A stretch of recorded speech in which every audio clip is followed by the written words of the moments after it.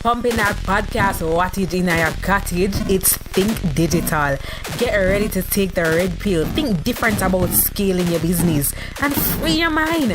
And now coming to you live and direct from the Moon, Iowa, the greatest city in the universe. Here's your guy, Justin Wise. There is no spoon. Pumping that podcast wattage into your cottage.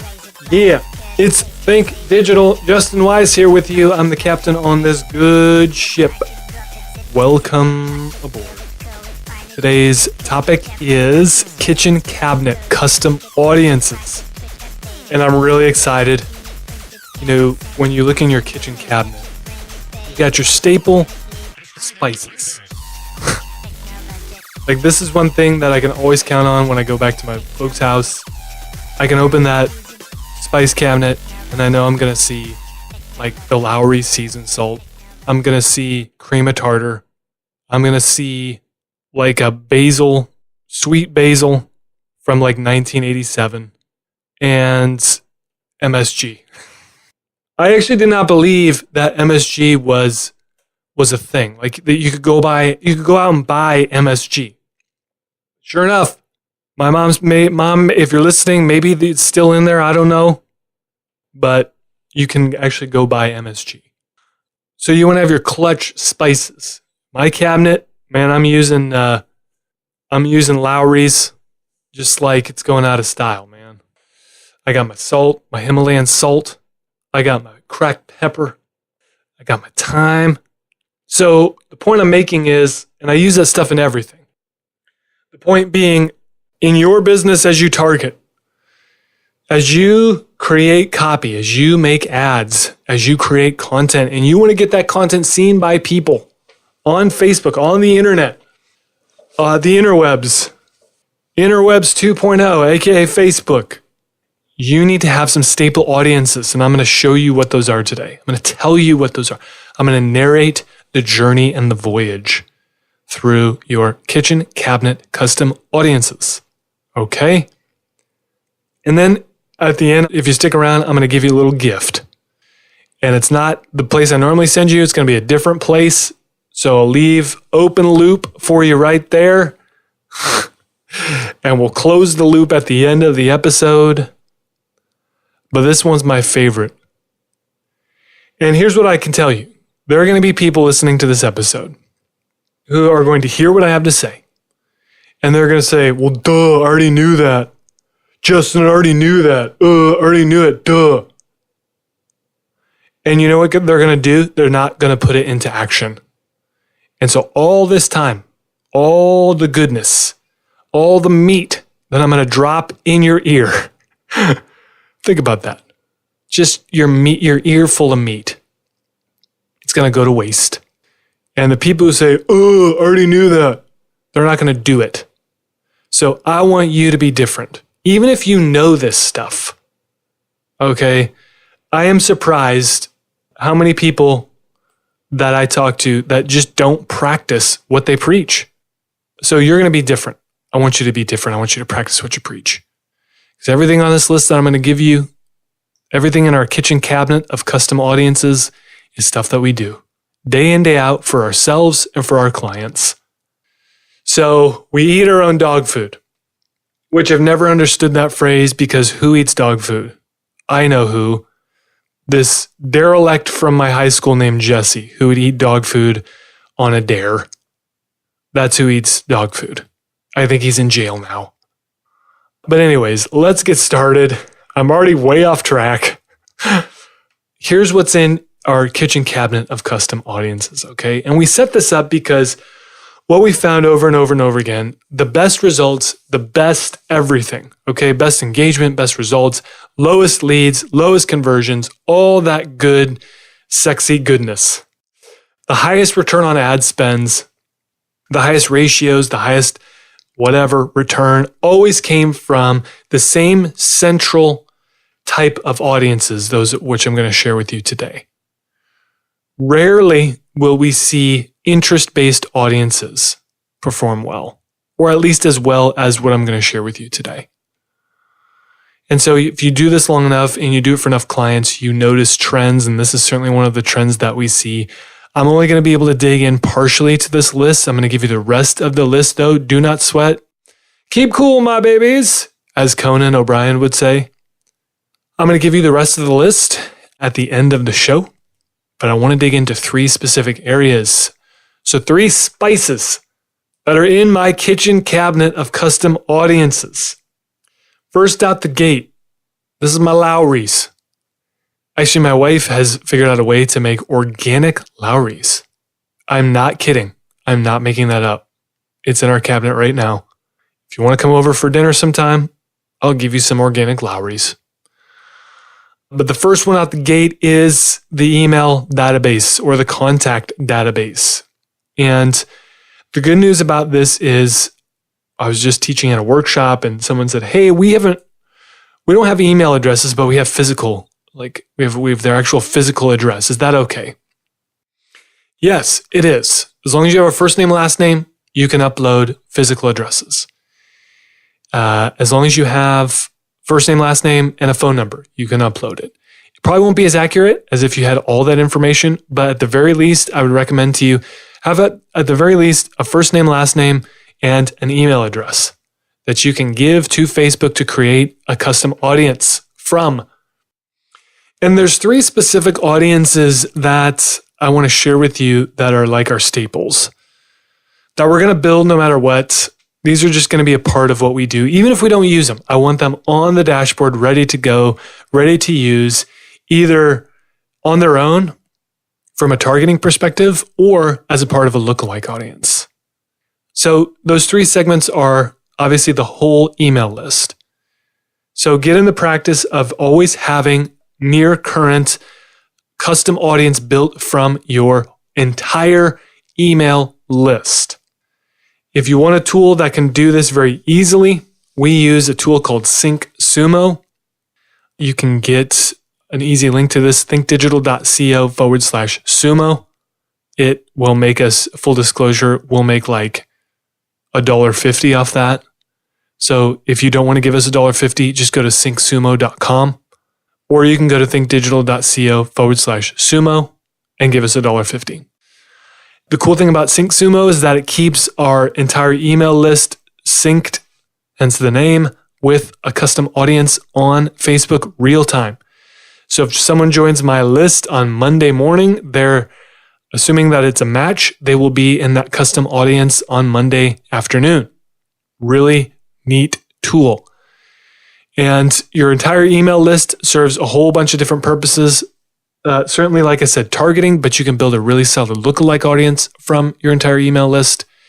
And it's just a no-brainer. It's a bread and butter. You got to have it. That's very much in our kitchen cabinet. The next layer to this is email segments, if you have them. And I hope that you do. We use Infusionsoft, a tool called Infusionsoft, so it makes it very easy to segment or tag contacts based on their behavior from the emails that we send. But at the very least, try if you can to get 2 different segments going. Your leads and your clients, or your leads and your customers, people who have given you money. That is really what I'm looking for here. If you can segment those folks out, and you need to have about 100, I think it is, for Facebook to be able to build a lookalike audience. So depending on what type of business you run, you may not have a ton of volume there, but as long as you have 100 contacts who have purchased something from you, you can upload that into Facebook for a custom audience. Now, it's not going to be super helpful on the strict targeting side. So it's not going to be very helpful to run an ad set to 100 people. But where this comes in really handy is with your lookalikes. So one of my favorite tricks is to build a lookalike off of one of our clients' customer list, because what that does is basically tells Facebook, hey, Facebook, I want you to analyze all of these email addresses that I'm going to give you, or all of these physical, mailing addresses, or these phone numbers, and I want you to match them up with the accounts on file that correspond with this information. So if client Joe uses joe@abc.com to log into Facebook, and joe@abc.com happens to be on my email list, Facebook is going to know that, and it's going to build an audience for me with Joe in it. Now, if I have enough of Joes and Susies, all these people who are clients, and Facebook can match them, they can then say, cool, here's this composite picture of what your client looks like. Here are the behaviors, here are the interests, here are the pages they like, here's the content they view, here's what they're like. And so then Facebook has a picture, if you'll think of it that way. They have a picture of your ideal persona. Then what Facebook does when you build a lookalike is they take that picture, that avatar, and then they go search the 2 billion users on Facebook that most closely match up with that avatar. And they put it in something called a lookalike audience. You've probably used this before. If you're not familiar with it, I suggest you get familiar with it because it's really, really effective. And so Facebook is really good at knowing what we do online. They've got a lot of information on people like you and me. And so your lookalike audience then will be filled with people who somewhat or very closely match your avatar of your ideal customer. But it only knows that if you feed it the right information. That's why we suggest uploading email segments. So uploading your entire list, then uploading email segments of, let's say, your leads, uploading segments of specifically of your clients.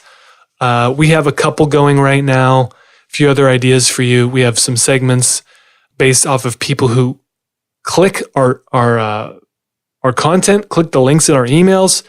We have segments in Facebook built off people who open our emails. We have segments built off people who are hot leads. Got a ton of segments going. And of course, we're building lookalike audiences off of all of these segments. And again, I got to a point where I was like, I am really tired of exporting my email list and uploading this into Facebook. So that's where a tool like SyncSumo is going to come into play because it will do it automatically. Now, it's a little buggy, so you do have to kind of babysit it. It doesn't work perfectly 100% of the time, but it works enough where those things are pretty much rocking and rolling, and I don't have to deal with it. So if I want to do a new ad set or I want to try something out, I've got these audiences ready to go. I don't need to wait. They're all there, prepared, nice and neat for me and our team and our clients. You're listening to Think Digital with Justin Wise. The next step down the rabbit hole is to sign up for the No Spoon newsletter, a free weekly email designed to increase your productivity, grow your influence, and free your mind. Take the red pill and head on over to thereisnospoon.co to sign up.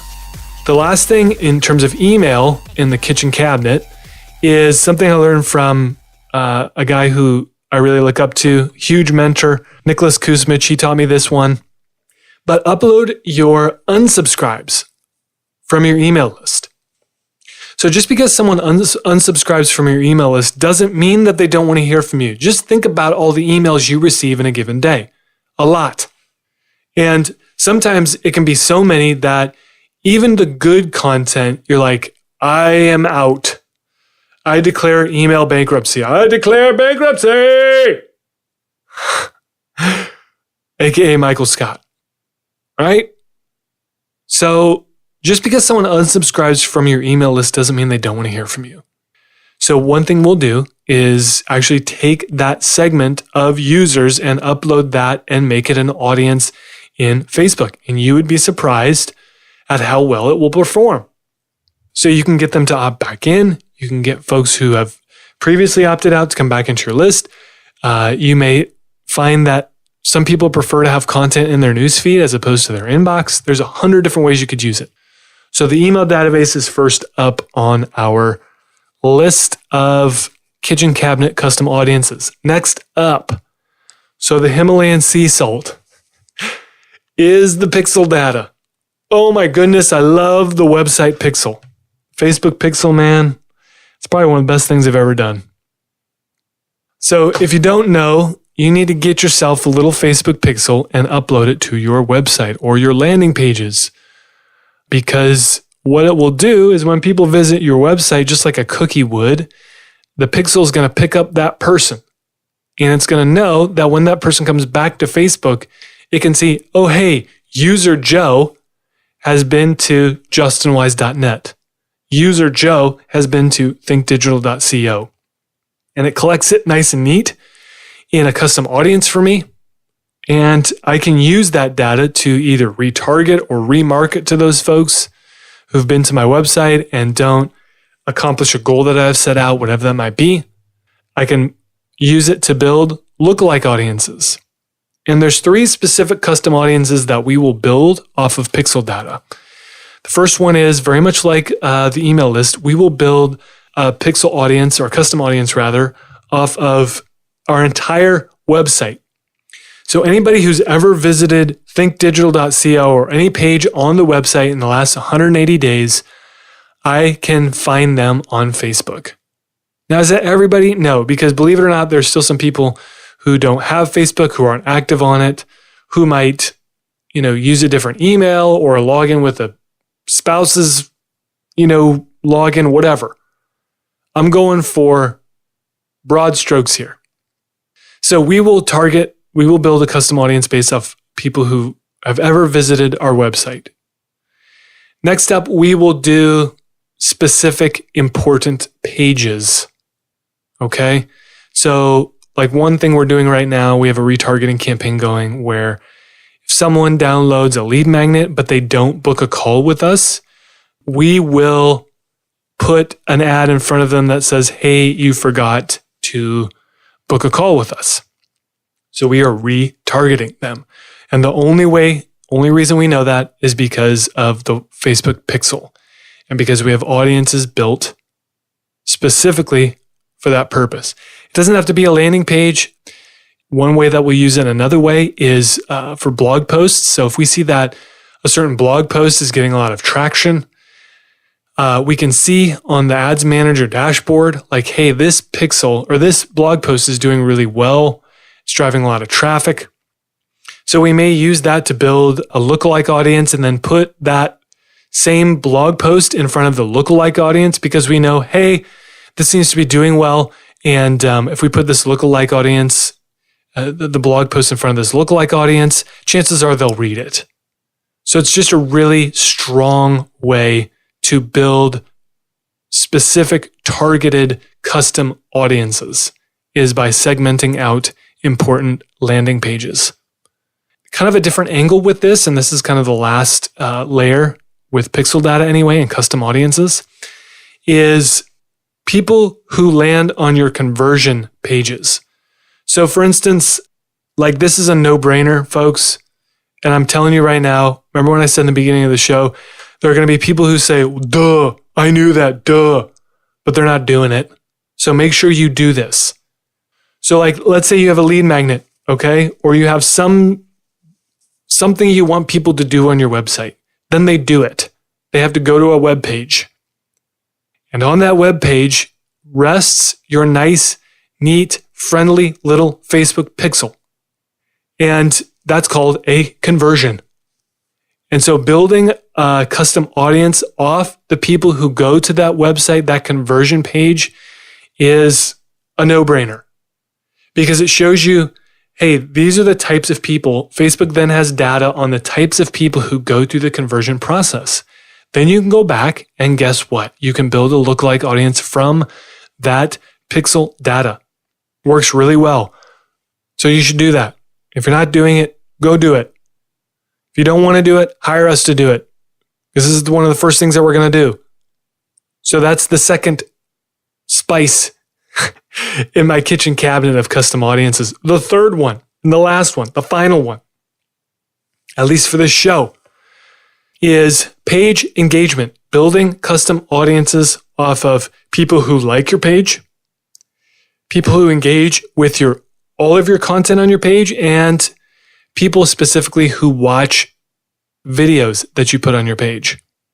I'm going to talk about one of these. I'm going to talk about these very quickly. So building custom audiences based off of folks who like your page already. Why would you do this? Well, it is kind of self-evident. If you want to get more likes to your page, And believe it or not, there are reasons to run like campaigns. I have a love-hate relationship with like campaigns, but there are reasons to do it. If you build a custom audience based off the people who already like your page, guess what? You can build a lookalike. And it's going to increase the likelihood that someone's going to go back. And if you put a like campaign in front of them, they're going to like your page. Second and third are folks who engage with your content. Very similar to what I was talking about in email. You're going to publish content. Most of your fans, the people who've liked your page, are not going to like it. They're not going to even see it. But if you do your content right, people will see it. Organic reach isn't entirely dead. And the folks that do see it, if it's good content, they'll engage with it. Facebook knows this. They know who those people are. So you can build a custom audience based off those folks. So if you put out important content in the future and you want some engagement, you're going to put it in front of the people who've already engaged with your content. Secondarily, you're also going to build a lookalike audience from the people who engage with your content. This is not rocket science, but it does take work to do this. The last thing I want to talk about is videos. So if you're not in the habit of doing videos, I highly suggest you do that. And the simplest way to do videos, folks, is Facebook Lives. Very easy to do. So you just need to get over the fact that, oh, well, I'm not good on camera. Oh, what am I going to talk about? Oh, no one's liking it. No one's engaging with it. Da. Feed the machine. Feed the beast.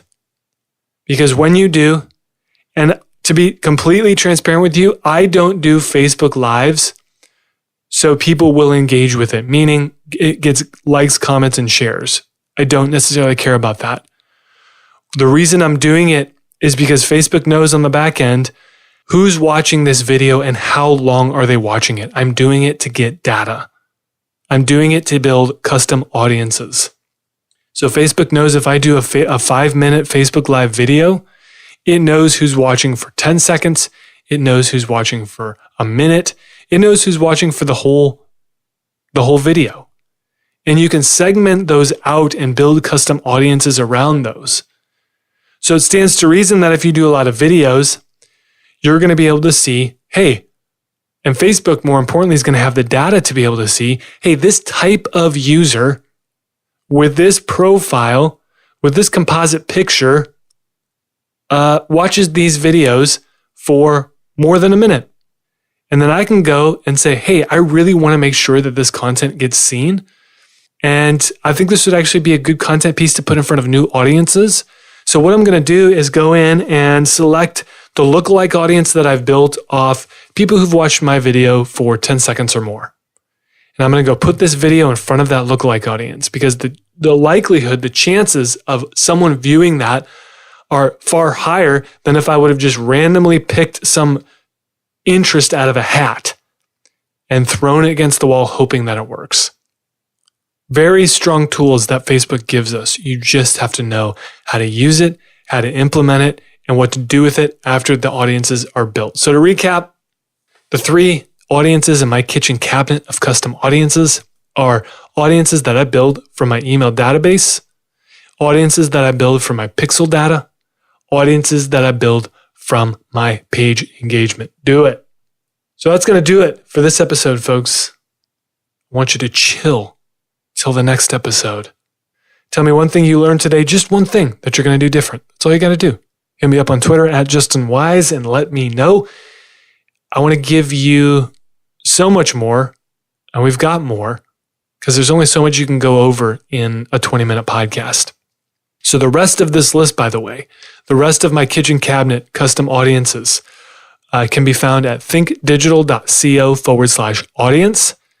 That's thinkdigital.co/audience. All you got to do is go there, grab the list, and you'll see the rest of it fleshed out. Okay? Okay.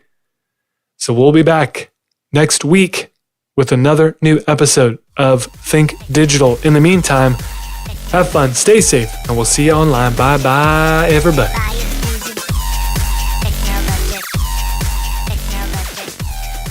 This is thepodcastfactory.com.